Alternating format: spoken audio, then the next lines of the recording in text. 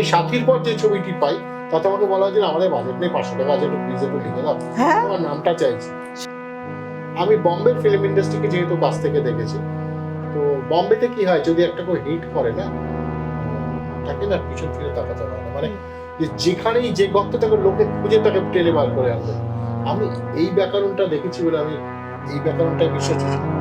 কলকাতা যে উঠবে এটা আমি যাই না, যে তুমি যেই হোক তোমাকে নিজে দেশে তেল মারতে হবে।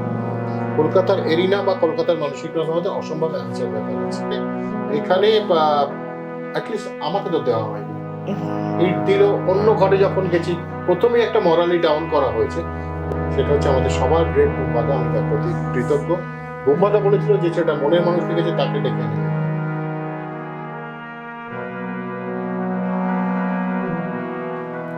নমস্কার, আমি অলিভিয়া, আপনারা দেখছেন গ্লাস অফ গসিপ। আজকে আমার সঙ্গে যিনি স্টুডিওতে উপস্থিত আছেন, আচ্ছা চাইলেও ভুলতে পারবেন না কখনো আপনারা, সে ছিল বড়ই আনমনা বা ও বন্ধু তুমি শুনতে কি পাও, একদিন সারা ইন্ডাস্ট্রি কাঁপিয়েছিল। আজও আমাদের ইমোশনকে ছুঁয়ে আছে সেসব গানগুলো। সেই গানগুলোর যিনি সৃষ্টি করেছিলেন গৌতম সুস্মিত দা, তিনি আজকে আমাদের সঙ্গে আমাদের স্টুডিওতে উপস্থিত আছেন। নমস্কার দাদা। নমস্কার দাদা, আপনার গান আমাদের কাছে নস্টালজিয়া, মানে আমরা ছোট থেকে বড় হয়েছি, মানে 90s-এর যারা আমরা ছেলে মেয়েরা, তাদের কাছে আপনার গান শুনে আমাদের মানে প্রেমের অনুভূতি জায়গা থেকে শুরু করে রাত্রিবেলায় বাড়ি এসে কান্না থেকে শুরু করে প্রেমিককে মনে করে সবটা আপনার গানের উপর দিয়ে আমরা চলেছে। হ্যাঁ, তো আজকে সুযোগ পেলাম আপনাকে আমার কাছ থেকে জানানো। তো আপনার কি মনে হয় যে আপনি যখন প্রথম কোনো গান সৃষ্টি করেছিলেন, না আপনার ভেতর দিয়ে বেরিয়েছিল, সেই অভিজ্ঞতাটা আমার জানতে ইচ্ছা করছে ভীষণ, মানে সেই অনুভূতিটা কি ছিল? অ্যাকচুয়ালি প্রথম গান মানে আমি একটু আগে থেকে বলছি। হ্যাঁ হ্যাঁ, নিশ্চয়ই। ধরুন আমার বম্বে শহরে চলে যাওয়া কলকাতা ছেড়ে, সেটা হচ্ছে বিদেশে সেটেলড হবো এরকম একটা ইচ্ছা ছিল। আচ্ছা আচ্ছা। আমার কোনোদিনই কলকাতা শহর খুব একটা ভালো লাগতো না। যারা কলকাতাকে ভালোবাসেন তারা নিশ্চয়ই রাগ করবেন না। না, সিটি অফ জয় বলে তো আনন্দ খুঁজে পেতেন না কখনো কলকাতায়? আমার কাছে নয়। আচ্ছা আচ্ছা, আমার ভালো লাগতো না, আমাকে বিদেশ খুব টানতো। আচ্ছা। তো সেইভাবেই আমি একটি এজেন্সিতে চাকরি পাই এবং তারা আমাকে পোস্টিং বম্বেতেই দেয় এবং আমি বম্বেতে চলে যাই এবং ভারতবর্ষের leading magazines illustrate weekly, film fair, science today, Femina, এই চারটের অল ওভার ইন্ডিয়ার পাবলিসিটির দায়িত্ব পড়ে আমার উপর এবং আমি কাজ করি বিখ্যাত সাংবাদিক প্রীতিশ নন্দীর আন্ডারে। মানে আন্ডারে ঠিক না, আমি তো এজেন্সি থেকে যেতাম, উনি আমাদের ক্লায়েন্ট ছিলেন। তো সেইখানে কাজ করতে করতে কলকাতা থেকে একটি মিউজিক ডিরেক্টর যান, যার নাম আমি বহু জায়গায় বলেছি এবং বলাটা আমার কর্তব্য। তার নাম হচ্ছে ত্রিদীপ রায়চৌধুরী। তিনি ওখানে তখন গেছিলেন, তিনি স্ট্রাগলার, তিনি এবং তাকে গান শোনাতে হবে। আর গান তো লালা করে শোনানো যায় না, গানটা তিনি শোনাবেন কি করে, গানের মধ্যে কিছু কথা চাই। তো তিনি শুনেছিলেন যে আমি নাকি একটা ছেলে আছে, আমি যে স্টেশনে থাকতাম জায়গাটার নাম ভাইন্দার, ওখানে একদিন সকালবেলা তিনি চলে এলেন আমার কাছে, এসে বলল আপনাদের মধ্যে, আমি আর আমার রুমমেটের জন্য অফিস থেকে একটা ফ্ল্যাট অ্যালট করা ছিল, তো এসে ওকেই নক করে বলেছে আপনাদের মধ্যে গৌতমকে, তো বলছে ওই তো ও গৌতম। তখন আমি লেখালেখি করতাম, মানে কি আমি শখের সাংবাদিকতা করতাম এবং আমি কলকাতার কিছু কাগজে লিখতাম, ইভিন এবিপিতেও লিখেছি। আচ্ছা, দীর্ঘদিন লিখেছি। এবং আমি যখন বম্বে যাই তখন এবিপি আমাকে পেস্ট্রির অনেক অ্যাসাইনমেন্টও দেয় এবং ওখান থেকেও আমি অনেক করি। আমি অনেক দিকপাল মানুষের ইন্টারভিউ করার সুযোগ পেয়েছি, তার মধ্যে শ্যাম বেনেগালও আছেন। তো আমি করেছি অনেকের ইন্টারভিউ। তো এই করতে করতে করতে করতে উনি যখন আমাকে বললেন, তখন আমি বললাম যে গান কি, আমাকে ডেমো কাকে বলে আমি জানতাম না। বলুন আমাকে যাওয়া কাটা কিছু হাতে ঘোড়া লিখে দাও। এই ওনার সঙ্গে আমার হাতে করি, ওনার ডেমো করতে গিয়ে আমি পাকে চক্রের লিরিসিস্ট হয়ে গেলাম এবং আমি যে উদ্দেশ্যে বম্বে গেছিলাম সেসব তো গেল মাথা থেকে। কাগজে কোন দুটো লাইন লিখেছিলেন? আমি ওনার আমার প্রথম যে গানটা পেন ডাউন করা ছিল সেটা হিন্দি ছিল, সেটা উনি এখানে উনি বম্বেতে শোনাবেন। এবার মজার ব্যাপার হলো তারপর আমি আস্তে আস্তে মানে ওখানে লিরিসিস্ট হয়ে গেলাম এবং একটা সময় আমি চাকরি ছাড়ি এবং তখন আমাকে সবাই সাবধান করেছিল যে বম্বের মতো এক্সপেন্সিভ সিটিতে কিন্তু চাকরি ছাড়িস না, কারণ তুই কিন্তু এখানে সার্ভাইভ করতে পারবি 10 দিনও তো পারবি না, কারণ it is too much expensive. তখন বড়াপাবের দাম ছিল বম্বেতে 4 টাকা, এখন সেটা 16 টাকা। তো এতটাই ডিফারেন্স, মানে বাট বম্বে দিনের দিন বাড়ছে, পারবি না, বাট গডস গ্রেস এবং সবার ভালোবাসায় আমি তারপরে 14 বছর বম্বেতে থেকে গেছি এবং লিরিসিস্ট হয়েছি। ওখান থেকে চূড়ান্ত ক্রিয়েটিভিটি। ওখান থেকে আমি কলকাতায় এসে রেগুলার কাজ করেছি। এই করতে করতে আমি আমার প্রথম ছবি পাই সুজিত গুহর মনের মানুষ। আচ্ছা ওটা ছিল দিলীপ সেন সমিসেনের মিউজিক। আচ্ছা। এবং তখন দিলীপ সেন সমিসেনের যে ছবি রিলিজ করেছিল সেটা হচ্ছে জিদ্দি, সানি দেওল, রবীনা ট্যান্ডন। সেটা 5th উইক চলছে, মানে তখন দিলীপ সেন সমিসেন এই জায়গায় super duper hit 5th week চলছে, তখন গিয়ে আমরা এন্ট্রি নিয়ে ওরকম। কলকাতার একজন বিখ্যাত লেখক, গানের লেখক, গীতিকার শ্রদ্ধেয় সুনীল বরণ, উনার লেখা ছিল গানগুলো। কিন্তু ওখানে যাওয়ার পর গানগুলো কোনো একটা কারণে একটার পর একটা ক্যান্সেল হতে থাকে, কিন্তু উনি কলকাতায় ওনাকে রিরাইট, আর ওদের মিউজিকের প্যাটার্নের সাথে ওনার লিরিক্স ম্যাচ করছিল না। তখনই আমাকে ডাকা হয় এবং আমি ওই ওখানকার পিসিও বুথে, এটা আমাদের ওখানে স্টাফরা করতো, আমাদের একটা খাতা থাকতো, কেউ ফোন করলে নোট। এবার কোনোদিন দুপুরবেলা নামতাম না, আমি সন্ধ্যেবেলা বাড়িতেই থাকতাম, সন্ধ্যেবেলা এসে আমি দেখতাম কে কে ফোন করেছে। সেদিন কি কারণে দুপুরবেলা নেমেছি, নেমে এরকম দেখছি বলে আব্বি আপকা ফোন আয়া থা দেখো। তো আমি তুলে দেখছি যে এরকম ফোন, আমি তাকে ফোন করলাম, তখন বলছে তুই কিধার আয়, আমি বলছি তুই আব্বি আজা, একটা জায়গা বললো আদর্শ নগর বলে একটা জায়গা আছে ওখানে, তো আব্বি আজা দিলীপ সেন সমিসেন, আব্বি আব্বি জैसे বে जिस साल में आए इस साल में आ जा। তো আমি ছুটলাম, গেলাম আন্দারিতে, ওখানে গিয়ে দেখি সুজিত গুহ, নাম বললো সুজিত গুহ, বাবা আমি কাগজে নাম দেখেছি সব বসে, দিলীপ সেন সমীর সেন সব, ইভেন হিন্দি ছবির যে লেখক সমীরজিও ছিল তখন, উনি একটা অন্য কারণে ছিলেন। তো সেখানেই আমার প্রথম গান লেখা বসে সেই দিনকেই, তখনই বলে না না তুই এখন লিখে দিয়েছিস, এটা হচ্ছে হাসলে যে মিষ্টি করে প্রেম ঝরে দু চোখ ভরে, বিখ্যাত গান, বিখ্যাত গান। That was my first song for that ইয়ার।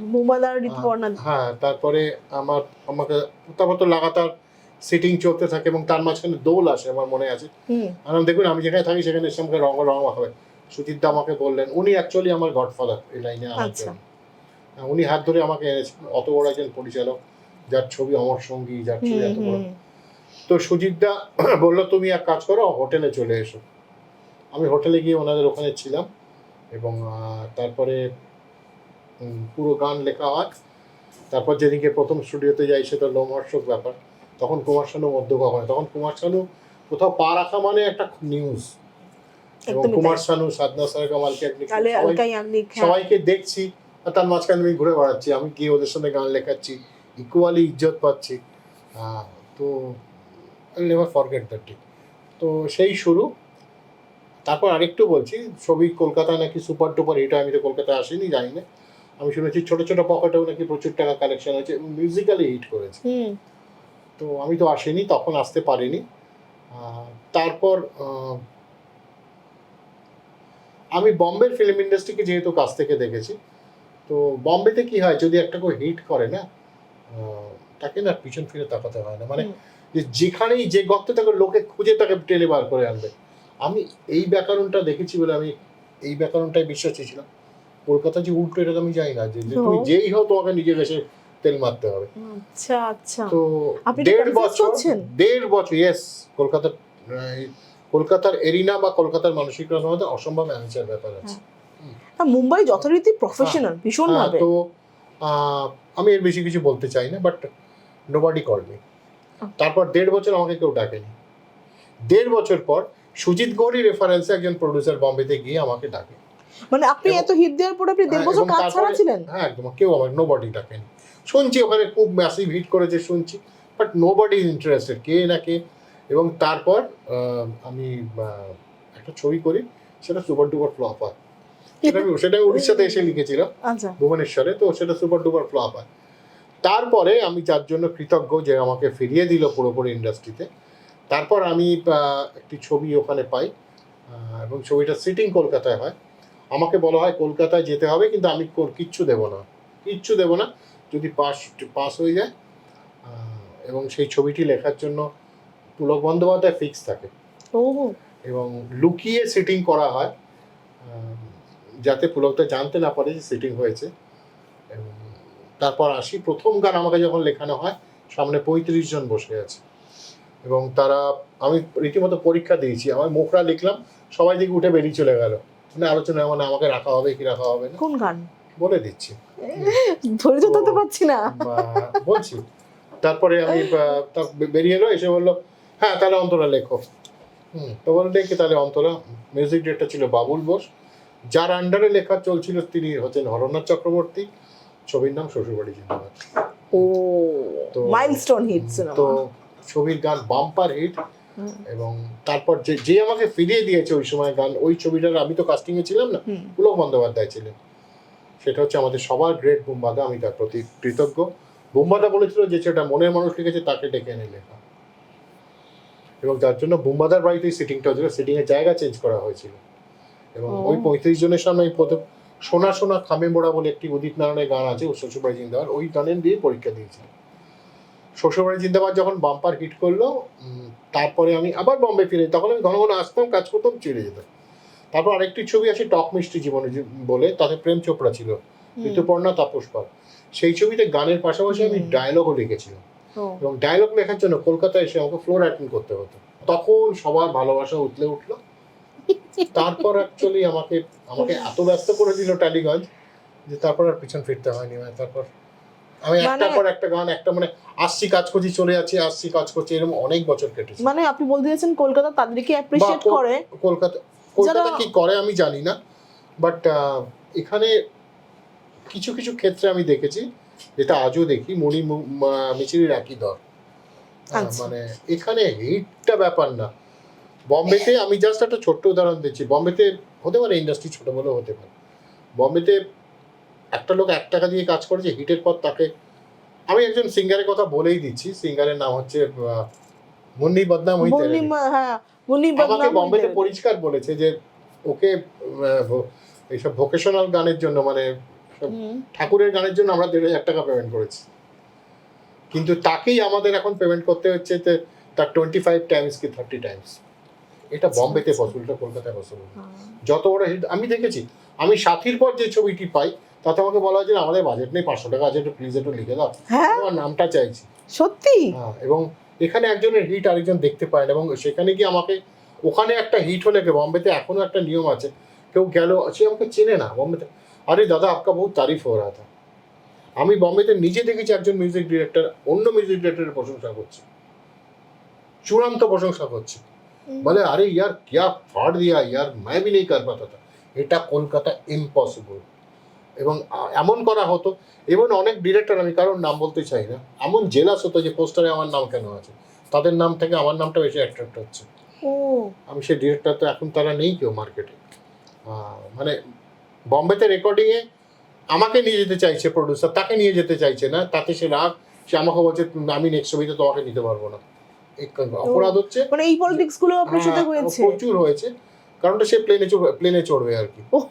আচ্ছা, যে বম্বেতে গেছি, আমি নাম বলছি না, আমি বম্বেতে গেছি, সে আমার সঙ্গে রেস্টুরেন্টে খাচ্ছে, সে মফস্বলে থাকে, সে খাচ্ছে ধোসা, সাউথ ইন্ডিয়ান ডিশ, আমি খাচ্ছি চাইনিজ, এবং চাইনিজ খেলে ওই চিলি ওয়াটার, তো আমি ওগুলো নিচ্ছি, ওগুলো নিয়ে ধোসায় মেশে, যেগুলো নিচ্ছ কেন তুমি নিচ্ছ, আমি এটা চাইনিজের জন্য, এটা সাউথ ইন্ডিয়ান ডিশের জন্য নয়। ও তাই, মানে কপি পেস্ট। হ্যাঁ, এবার ওখানে এইরকম গ্রিপের সাঁড়াশি পাওয়া যায় বম্বেতে, আমাদের এই সাঁড়াশি, এই ওইটা কিনতে চলে যেতে, এদিকে রেকর্ডিং হতে আমাকে ডাকছে, আমি জানি রেকর্ডিং চলছে, ওইটা কিনতে চলে যাচ্ছে।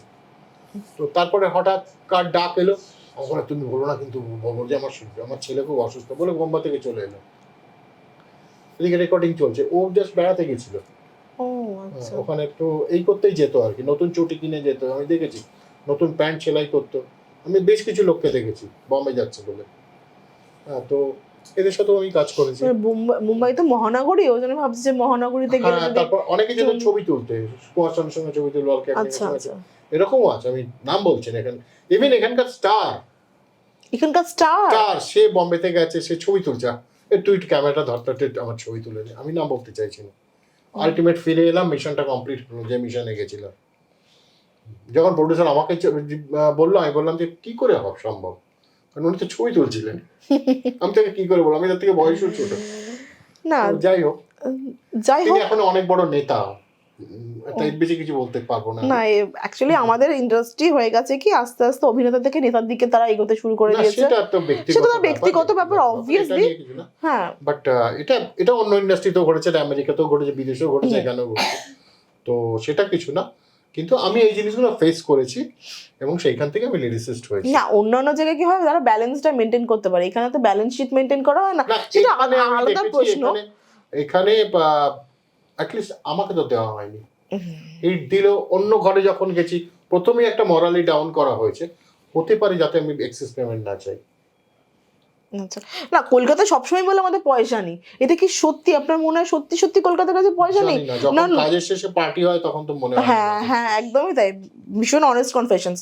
মানে যখন আমরা সাকসেস পার্টি দেখি আমার কিছু এসে যায় না, আমি তো অনেস্ট কনফেশন করবোই, কারণ আমি দেখেছি সো মেনি থিংস।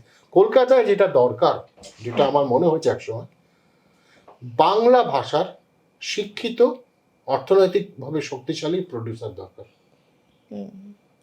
তো প্রোডিউসার তো মিসইউজ হয়, যাদের ভাষা বাংলা নয়, যারা বাংলার কালচারের সঙ্গে, এটা তো দোষ নেই। আমাকে যদি এখন উড়িষ্যার কালচার, আমি কি করে জানবো?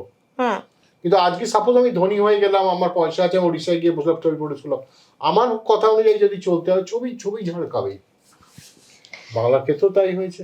অনেকে এখন তো শখের প্রডিউসারও আসে যে একটু পয়সা গায়ে চল আমি প্রডিউস করে দিচ্ছি, নয় তারা কিছু জানে না, আর নয় তারা অনেকটা বেশি জানে। যারা জানেন না তাদের ঠিক আছে, কিন্তু তারা ইন্টারফেয়ার করে এবং কাজের যাতে কাজ না হারায় তার জন্য অনেক ডিরেক্টরকে আমি দেখেছি তারা প্রোডাকশনের কাজ নিয়ে বেশি ব্যস্ত, ক্রিয়েটিভিটির দিকটা তাদের কম। এরকম প্রচুর ডিরেক্টর আমি দেখেছি, হয়তো অস্তিত্বের সংকট হবে তা না হলে। তো আমি দেখেছি, আমি গান করতে গেছি চেন্নাইতে, ফিরছি, আমার একদিন আগের ফ্লাইট, আমাকে বলছে যেভাবে আছে সেভাবে নিয়ে এসো। তো আমি বললাম যে ওভাবে শোনা যাবে না, আপনি বুঝতে পারবেন না, গানটা অনেক কিছু নেই, মিসিং আছে। ও দুদিন পর সব করে পাঠিয়ে দেবে বলছে। না, আমি যখন পয়সা দিয়েছি তখন কোড অ্যান্ড কোড একদম, আমি যখন পয়সা দিয়েছি তখন তোমাকে ওইটাই নিয়ে আসতে হবে। আমি চিনি ওটা নিয়ে যাওয়া যাবে না, ওটা করলে আপনি আমাকেই বলবেন কি করতে গেছিলে চেন্নাইতে। আচ্ছা, কথায় বলে প্রত্যেকটি সাকসেসফুল মানুষের পিছনে কোনো না কোনো নারী থাকে, তো আপনি যথারীতি সাকসেসফুল। আর সব থেকে বড় কথা, আপনি তো রোমান্টিক লিরিক্স লিখেছেন, তো এই লিরিক্সগুলো আপনি কার কথা ভেবে লিখতেন যে আপনি এত সুন্দর সুন্দর জিনিস আমাদের উপহার দিয়ে দিয়েছেন? সত্যি কি কোনো নারী আছে? একটা ব্যক্তিগত কথা বলি। হ্যাঁ বলুন। সেই সময় আমার যে গাড়ির ড্রাইভার ছিল তার নাম গৌতম। তো ওর বউ ছিল, ওর বউ ছায়া, আমাকে একদিন এসে বলছে যে দাদা, বৌমা জিজ্ঞেস করছে, আমি কি জিজ্ঞেস করছে দাদা কি কারোর সাথে প্রেম করে? আমি কেন না, দাদা এত সুন্দর সুন্দর গান লেখে। আমি তখন বললাম তুই কাকে দেখেছিস আমার গাড়িতে উঠতে? বলছে না সেটাই তো কথা, আমি 1 বছর চালাচ্ছি, আমি কোনো মেয়েকে উঠতে দেখিনি আপনার গাড়িতে। আমি তার মানে বউকে বলে দিস, বৌমাকে বলিস আমি সব কিছু করি না। তো এখানেই বলছি যে না সেরকম কিছু না, আমার এমনি পরিচিত মেয়ে প্রচুর আছে, বান্ধবীও আছে, বন্ধুও আছে, কিন্তু সেই অর্থে পার্মানেন্ট কিছু না। তবে ইন্ডাস্ট্রির এমন একটা অবস্থা, যদি কোনো মেয়েকে পরপর পুশ করা হয় বা তার রেফারেন্স দেওয়া হয়, তখন একটা রটে যায় কথা যে আমার সঙ্গে তার ডেট চলছে বা চলছে। এগুলো অল বোগাস, এগুলো এমন কিচ্ছু না। আমি হয়তো সাপোজ কোনো মেয়ে টোনাল কোয়ালিটি দেখে তার নাম রেফার করলাম, ওই তো কিছু একটা আছে। এরকম কন্ট্রোভার্সি হয়েছে আপনার সঙ্গে? বেশ কয়েকজনকে নিয়ে হয়েছে। নাম বলা যাবে তাদের? কি দরকার আছে? তারা একটু বলুন না, শুনতে ভালো। তাদের মধ্যে কেউ অন্য কারোর বউ, আমার কি দরকার আছে? অন্য কারোর বউ তো এখন আপনার ঘরণী হয়ে যাবে না যদি একটা নাম বলা যায়। আচ্ছা, এরকম হয়েছে, এটা বম্বেতেও হয়েছে, এখানেও হয়েছে। আমি জানি তো তুই ওর কথা বলবি, আমি কি আশ্চর্য, তুই তাহলে ওর বিকল্পটা এনে দে। তো তখন বলছে যে আবার তারাই কিন্তু তাকে আবার পরে ডাকছে অন্য প্রজেক্টের জন্য, যে প্রজেক্টে আমি নেই, কিন্তু বদনাম হলো মানে। তো এটা আমার বহুবার হয়েছে, বাট আই এনজয়েড ইট, আমার এটা খুব ভালো লাগে, এনজয় করি। তো নাথিং, ঠিক আছে। না সিরিয়াসলি নেন, এনজয় করেছেন, ব্যাস হয়ে গেছে। ছেলেদের নাম রেফার করলে ভাবে বোধহয় আমি তার থেকে টাকা খেয়েছি বা কিছু, উল্টো বিপদ আছে। তারপর থেকে কিছুদিন পর থেকে আমি রেফার করাই ছেড়ে দিলাম, যাকে খুশি নাম দিলাম। বাহ, আমার বলতে একটা ভালো মেয়ের নাম বলা দারুণ গা, আমি বলতাম আলকে এক নেই, কিছু বলতে পারবে না। হ্যাঁ নিশ্চয়ই। কবিতা কৃষ্ণমূর্তি কিছু বলতে পারবে না, এরকম ব্যাপার। তখন বাধ্য হয়ে ওইসব বলতাম। হ্যাঁ মানে তখন বুঝে গেছেন যে, বাট আমার মনে হতো মানে কারোর ভয়েস দেখলে আমার মনে হতো যে এই গানের জন্য নেমা যায়। এটা আমি অনেককেই করতে মানে বলতে পেরেছি, বা এটা কিছু মিউজিক ডিরেক্টর স্বীকার করেছেন তুই ভালো ভয়েস চিনতে পারিস।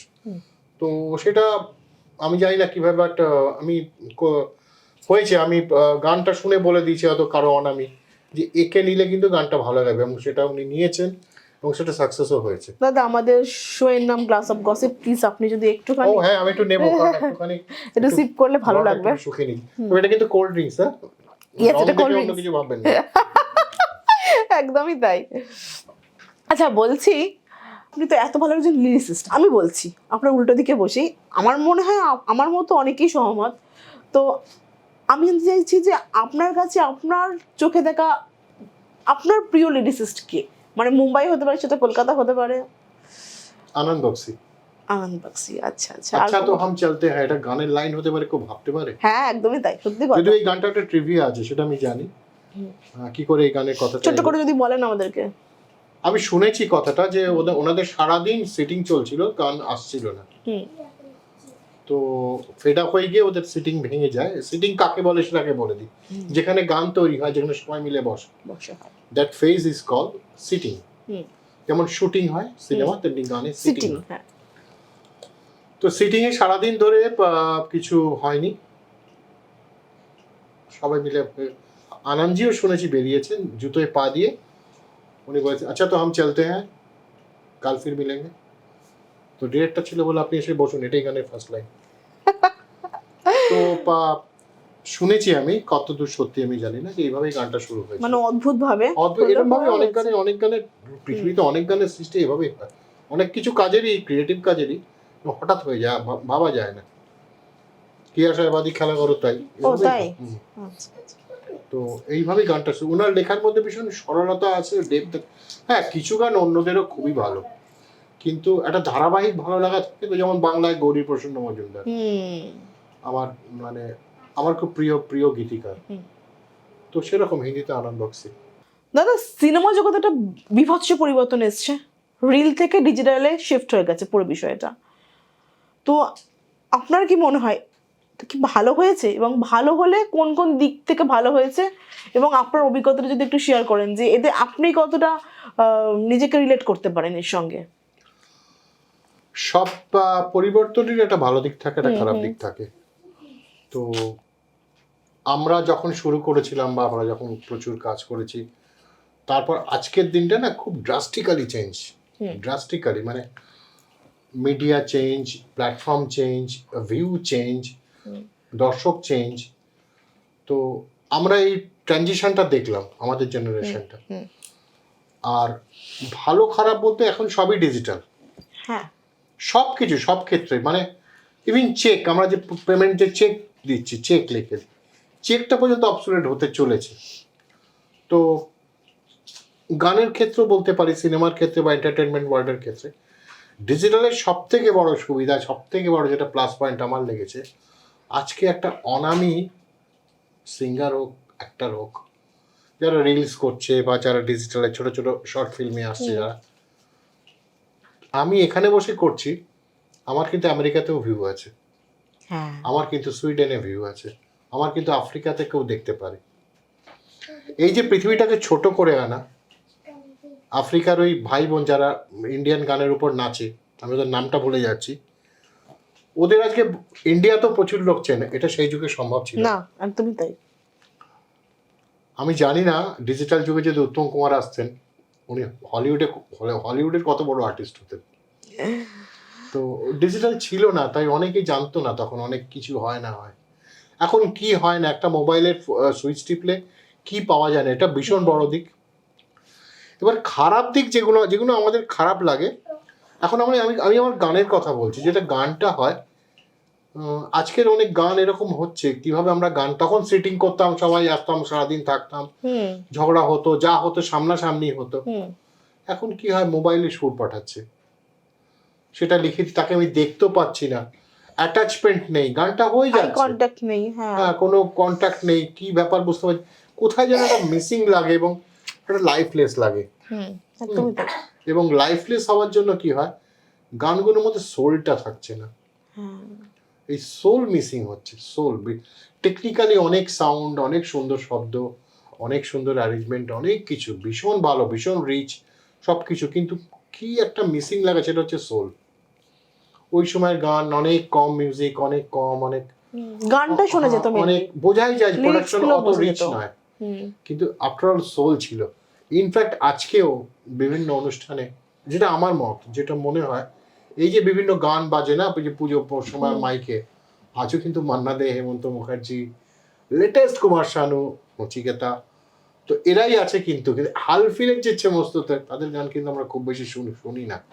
যাদের সোকল্ড আজকে সব থেকে বেশি যারা বিজি গানে এবং শোতে, খুব কম এখনো মাইকে কিন্তু ওই গানগুলোই বাজে। এই পুজোতে, বিভিন্ন পার্বণে, বিয়ে বাড়িতে যে গান বাজে এখনো কিন্তু 90s ধরে আছে, আর্লি 20s ধরে আছে, 80s ধরে আছে। 90s মানে কিন্তু আমি আজকের যে গান মানে চলছে একদম লেটেস্ট, সেগুলো আমি কোথাও শুনি না। জানি না এটা ভালো না খারাপ। আর সিনেমার এটুকু বলতে পারি, এখন সিনেমার গানগুলো বিজিএম এর মতো ইউজ হয়, আর গানগুলো না মনে থাকছে না। মানে গানটা যখন শেষ হচ্ছে, কি ফার্স্ট লাইন ছিল মনে থাকছে না। যেটা আমার মনে হয় কিছু সুন্দর কথার সমষ্টি, স্টোরি টেল করে না। যে গান স্টোরি টেল করে না, যে গানের লিরিক্স স্টোরি টেল করে না, একটা গল্প বলে না। আর আম লোক, মানে একটা ধরো রিক্সাওয়ালা, একটা ধরো যারা পেটি জব করছে, তারা যখন গানটার সঙ্গে রিলেট করতে পারবে না, সে গান কেউ ধরাতে পারবে না, কেউ না। খুব মস্ত বড় কথা এটা, কেউ পারবে না। তো এটাই হচ্ছে সমস্যা, এটা আমার মনে হয়। কিন্তু ভালো দিক প্রচুর আছে। আজকে আমি ঘরে বসে এমন একটা কিছু বানিয়ে দিলাম যেটা দিয়ে আমি সারা পৃথিবী বিখ্যাত হয়ে গেলাম, বা আমার রিলস হয়ে গেল। এটা তো সেই সময় ছিল না, এটা এখন হচ্ছে। সুতরাং এই দিকটাকে তো অস্বীকার করা যায় না। ডিজিটাল সারা পৃথিবীকে চিনিয়ে দিচ্ছে। আমরা এখন এখানে বসে বুঝতে পারছি এই মুহূর্তে আফ্রিকাতে কে কি করছে, কে গাইছে, কি করছে, কত কিছু জানা যাচ্ছে। আগে বই ঘাটতে হতো, এখন একটা রিলস থেকে, একটা থেকে, নেট থেকে কত কিছু জানতে পারি, একটা ক্লিকে জেনে যাচ্ছি। এখন তো সেই অর্থে পুজোর গান বেরোয় না, তাই না? বেরোয়, খুব কম, আমাদের কান অব্দি আসে না। হ্যাঁ, না মানে ওই মোবাইলে বেরোয়, মোবাইলে পুজোর গান করে, অনেকেই করে। মানে সেই অর্থে হিট কিছু হয় না এখনো পর্যন্ত। আগে একটা সময় ছিল যখন পুজোর গান, পুজোর লেখা নিয়ে আমরা খুব এক্সাইটেড। হ্যাঁ, যে পুজো আছে তার জন্য তৈরি করতে হবে, কি লেখা বেরোচ্ছে, বা মান্নাদের কি গান আছে, সেই এক্সাইটমেন্ট আর নেই। যেমন অ্যাকচুয়ালি চয়েস, অনেক চয়েস আছে। যেমন পুজো আসলে ভাবতে একটা পুজোর ম্যাগাজিন বেরোবে, একটা পুজোর গান বেরোবে, সেই অর্থে এখন আর সেভাবে বই এবং লিটারেচার তো প্রায় অস্তমিত। হ্যাঁ, একদমই তাই। আর পিওন অস্তমিত। বাড়িতে চিঠি আসে না, কাজের চিঠি আসে, সেগুলো আলাদা কথা। সরকারি চাকরি পেয়েছে, সেটা কটা লেটার বক্সে থাকে, এটা পিওন আসবে, অনেক কিছু কিন্তু আস্তে আস্তে মিসিং হয়ে যাচ্ছে। হ্যাঁ, অনেক কিছু হারিয়ে যাচ্ছে। এখন সম্পর্ক, আগে টেলিগ্রাম করতাম। হ্যাঁ, তো আমিও কত প্রয়োজনে বম্বে থেকে টেলিগ্রাম করেছি বাড়িতে। এখন কোনো ব্যাপারই নাকি, একটা মোবাইল তুলবো আর মানে কোথায় কথা বলা যাবে না, দরকার পড়লে মঙ্গল গ্রহে কথা বলা যাবে, সেই দিনও এসে গেছে। সুতরাং কিছু জিনিসের দারুণ ব্যাপার ঘটছে, না বিপ্লব। তো আজকে আমাদের আড্ডাটা এখানেই শেষ করছি, এবং আশা করছি যদি কখনো সুযোগ হয়, অনেক প্রশ্ন বাকি রয়ে গেছে, সেদিন করে নেব। নমস্কার।